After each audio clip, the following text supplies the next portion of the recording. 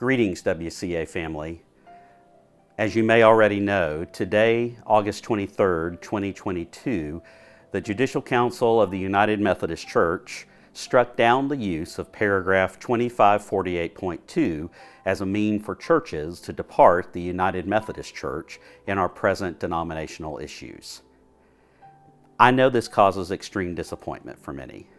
I imagine some feel angry. Others likely feel like this is one more in a line of ways the leaders of the United Methodist Church have sought to make things as difficult as possible for traditionalist churches who wish to depart. In relation to all of this, I want to share several things with you.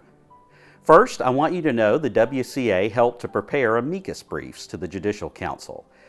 Obviously, those arguments fell flat, but with our Reform and Renewal Coalition partners at Good News and Action, we did our best to help the Judicial Council understand why 2548.2 could, in fact, be used. I want to applaud Judicial Council member Dennis Blackwell in his dissent, as he clearly understood what we believe should have been the Judicial Council ruling. The Special General Conference in 2019 specifically referenced paragraph 2548 when it passed new paragraph 1504.23. Clearly, the General Conference intended 2548 as a pathway for churches to disaffiliate, yet the Judicial Council has chosen to ignore this reality and give the Council of Bishops, yet again, everything they've asked for. This decision sadly further erodes trust in the power structures of the United Methodist Church.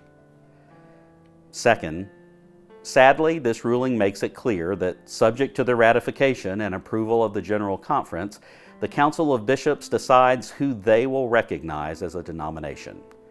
Regardless of this fact, I want you to know the Global Methodist Church is a full-fledged denomination. It has churches and clergy around the world on multiple continents. It has a leadership team and a book of doctrines and discipline. It has polity and structure. It is receiving new members, performing baptisms, celebrating Holy Communion, and meeting people at their point of need and offering them Christ. I assure you the Global Methodist Church, of which I am humbled to be an elder, does not need the permission or recognition of the Council of Bishops to be a denomination. Third, with this decision, the Judicial Council has made it abundantly clear that theologically conservative churches cannot wait any longer. Churches need to move now. Paragraph 2553 is clearly the only way for a church to disaffiliate absent secular legal processes.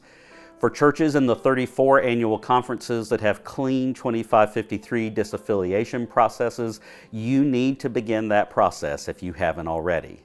Several have deadlines that require you to start that process as early as September 1st. And those processes must be complete, including annual conference approval, before December 31st of next year. The clock is ticking. For churches in the 19 annual conferences that are making it extremely difficult to almost impossible to depart, you need to be working on what your strategy will be.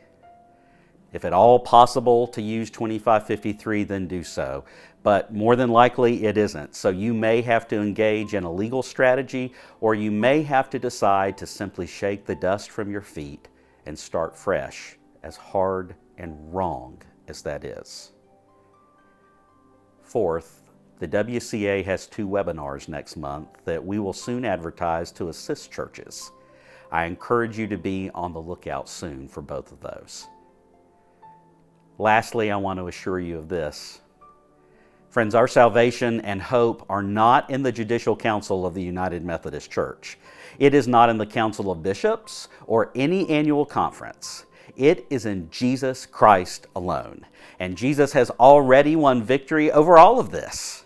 He won victory over all of it when he walked out of a tomb on the outskirts of Jerusalem 2,000 years ago. Romans 8 reminds us that we are more than conquerors. Isaiah 43 assures us that God loves us, calls us by name, and will not let the fires or rivers take us over. Psalm 121 reminds us that our help comes from the Lord, the maker of heaven and earth. And we know how the story ends. God wins. So take some time to process your grief, but don't stay there.